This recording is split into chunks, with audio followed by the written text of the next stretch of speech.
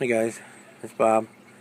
We're back. I was working on the Deathstar trench diorama backdrop today, and I wanted to show you what we did and kind of how we did it, and talk about where we're going from here. So let's hop right in. I'm building it out of foam core, which I picked up.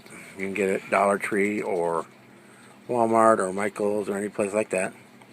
I grabbed the black just to make my life a little easier to get started. And the first thing I did was you have to lightly paint it, just a little bit at a time, dusting it almost with a clear to seal up the paper. Otherwise, when you go to paint it, it'll warp and curl up because the paper will absorb the paint and shrink as it dries, and it'll cause your foam core to curl up. But if you just dust it, it takes 3 or 4 times with the clear. I think I used Krylon matte finish is what I used this time because that's what I had a can of. On the black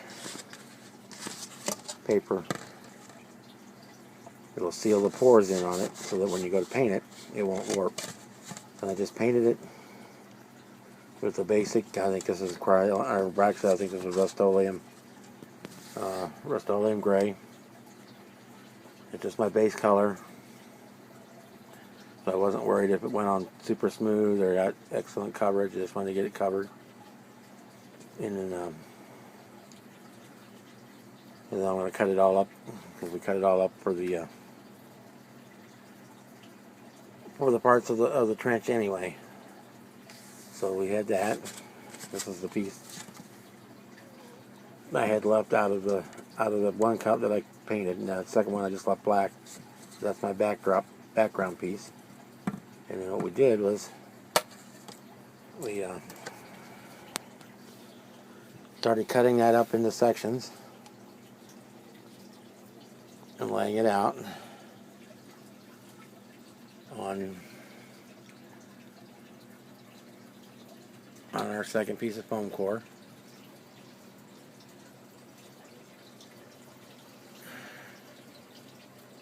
All the way over there. And I just kind of tried to keep the spacing kind of symmetrical, but I'm not really worried about it. I was more worried about keeping my vertical alignment than anything else. But the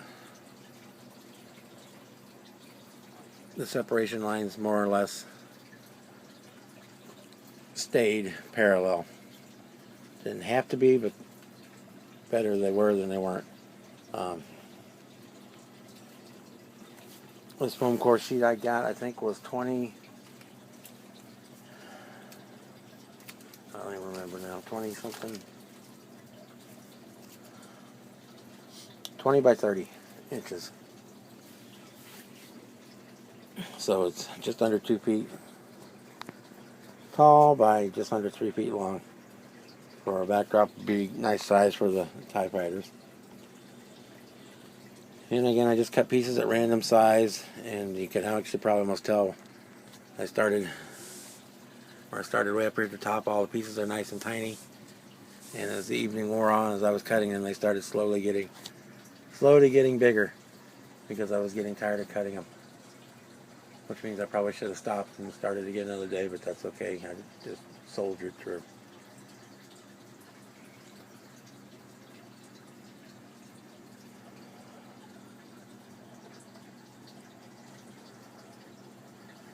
So basically, what I'm going to do now is let this dry and cure.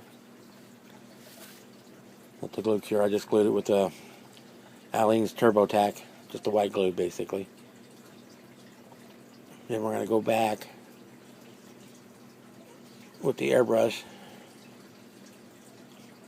and some of the panels will be painted a darker gray, and some will be highlighted a little bit with a little white or maybe a rust color, but nothing in a defined line, because what we're going to do with the final step is we're going to take a black paint, probably just a craft acrylic, and what we're going to do is we're going to airbrush all of these gaps with a wide spray, and we're going to favor it more towards the left side, so that we're actually going to try and kind of blur the lines here. They won't look as crisp. Now the horizontal lines we want to stay crisp, because as the ship was moving past, obviously the horizontal lines are going to stay the same. It's the vertical ones that are going to change. Follow where I'm at. And then once we do that, we'll go back and dirty it up a little bit more. And I may, how ambitious I feel, add a few LED lights to this to represent window panels, window panes or something here and there. But then I'll have to figure out how to make those elongated and blurry looking as well. But I may have an idea for that too. I'm pretty sure I do. But we'll cut it here. I took a couple of pictures. Not many, because I was on a hangout while I was doing this. So I didn't really stop to take step by steps. So it's just a foam core. Cutting pieces and glue down randomly to make the backdrop. I said I can't even hardly get back far enough to get the whole thing in frame on that for the video camera. I think the TIE Fighter is going to look real good in front of it. So that's where it's at for now. And we'll see you on the next update. Bye.